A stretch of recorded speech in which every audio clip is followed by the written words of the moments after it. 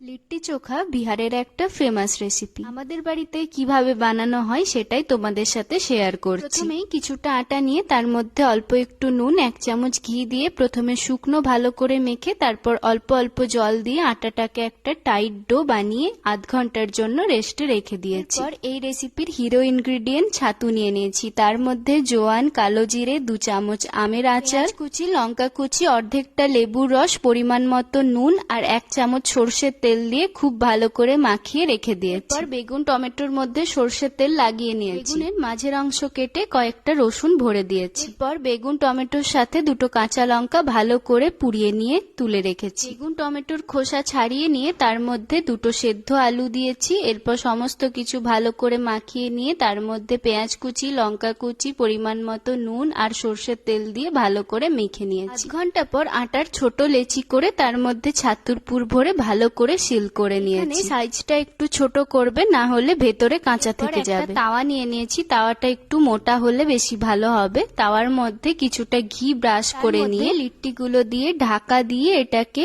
একদম লো ফ্লেমে রান্না করতে হবে। ঢাকা খুলে খুলে বারবার ওলট পালট করে এটা সেকে নিতে হবে প্রায় 10 মিনিট মতো। এরপর একটা জালি নিয়ে এই সেকা লিট্টিগুলোকে আবার একটু পুড়িয়ে নিতে হবে একদম লো ফ্লেমে, উল্টে পাল্টে যতক্ষণ না ভালো করে এটা রান্না হচ্ছে। গরম গরম লিট্টি চোখা সার্ভ করার জন্য একদম রেডি।